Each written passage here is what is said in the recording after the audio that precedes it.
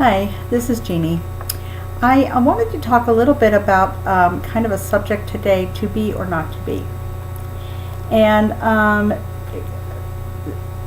in reference to being honest about drug use and death from a drug overdose. And I think part of what, when my son died in 2015 from a drug overdose, part of what I think led to his death, in looking back, because of course hindsight is always 2020.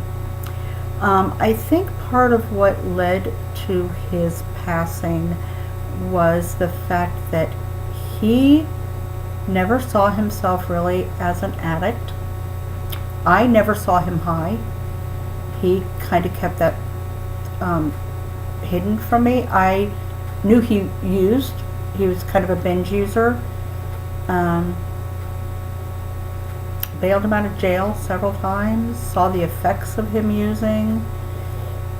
But we didn't really talk about it a lot, and I regret that now. I have a lot of regrets. I have a lot of guilt.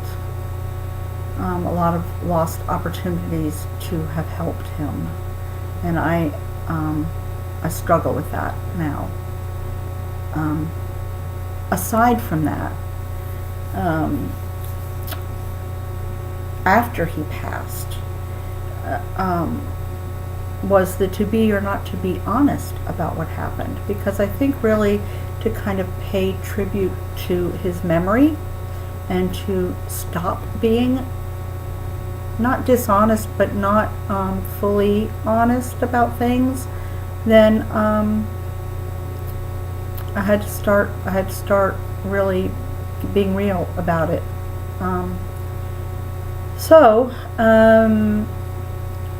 That's kind of what I wanted to kind of delve into a little bit. And one of the things that kind of I've noticed is that, when people ask you, when you say, that you had lost a son or a son had passed away, of course, many people ask what happened or how did that happen. And of course, then the opportunity is to turn that into a learning opportunity or a way to help.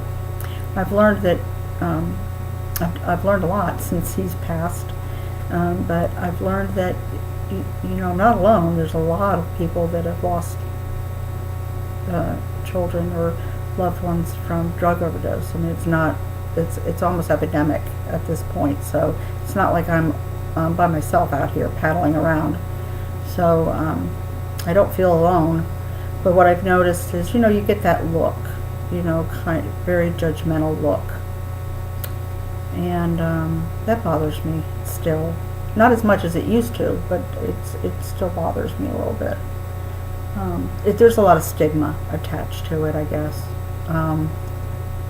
So I've gotten better with it, but it still eats at me a little bit. I think the one moment that really it hit me, that I made a decision that I can't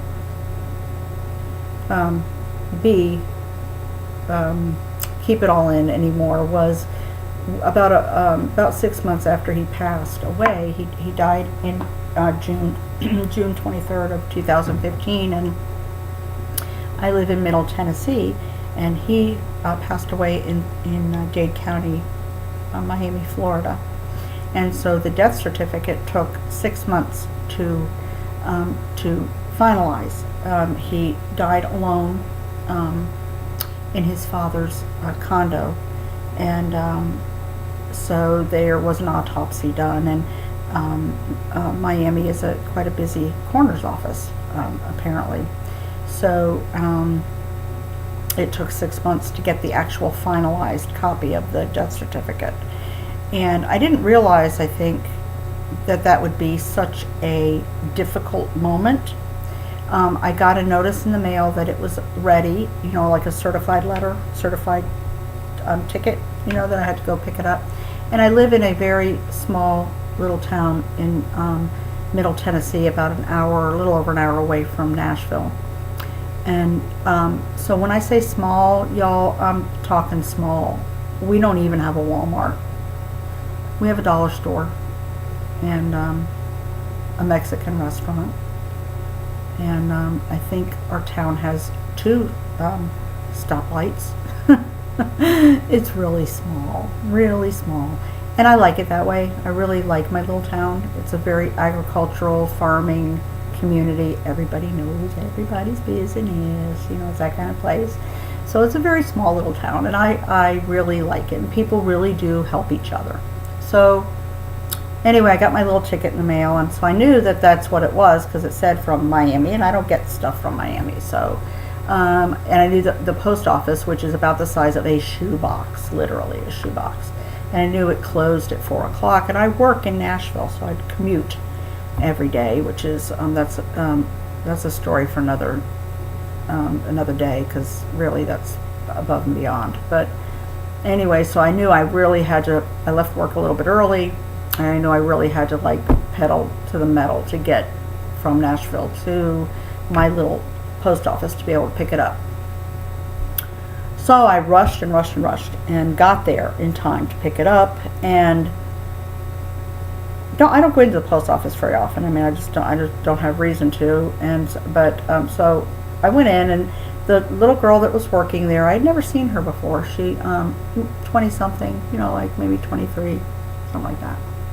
And I gave her my little ticket, and she went and got the certified mail, and it was a package, like, a manila envelope package, and handed it to me, and I just, the waterworks turned on, and which was not unusual, because I mean I cry every day still, not prolonged, but I do every day.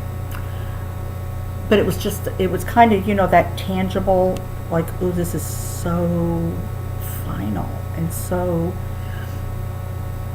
it's so real. It's real. It's official. This is official. He's officially dead. And I have to officially look at the official reason. It's very hard.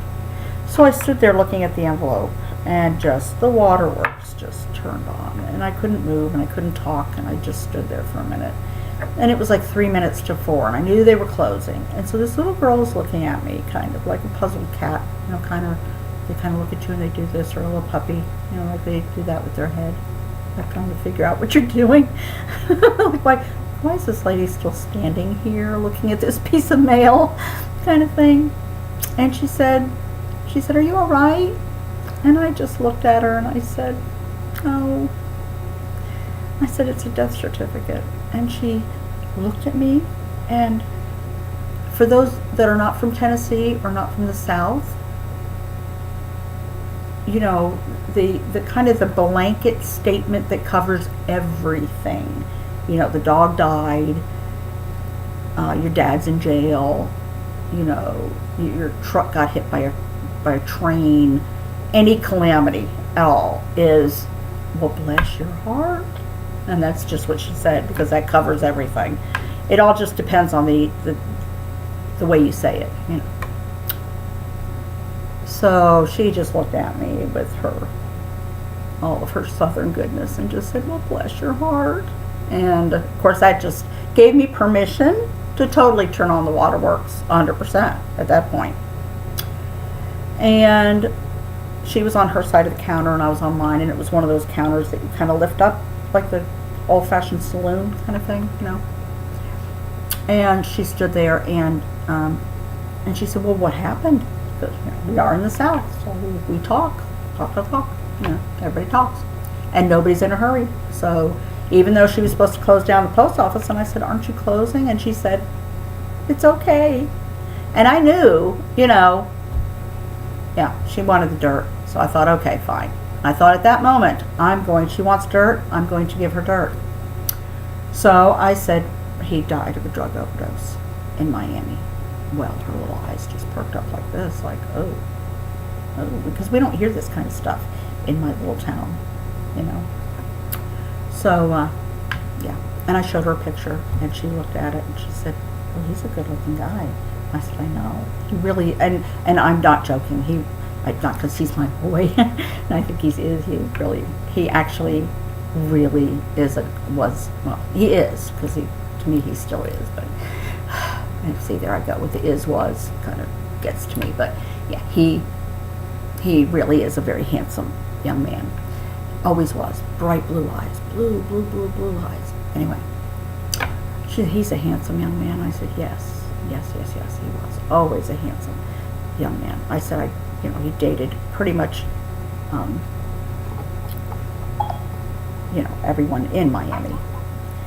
So, anyway, so we talked for a few minutes, and that was the moment that I kind of made the decision that to be or not to be was just to be honest, and kind of said, his name is Ryan, and his life had meaning, and he was a good guy and a funny guy, and he was more than his addiction. And if you know someone's struggling, help them. Do whatever you have to do. Sorry. So, it turned out to be a really good experience overall, and I think that's what kind of catapulted me into thinking, you just have to be honest with people, and most people are very compassionate and kind and understanding. Most, I'll say. And so, and if you don't know what to say to them, then you just simply say, bless your heart. Because that covers everything, all the time. And with that, I will sign off. Until next time, okay? Have a great day.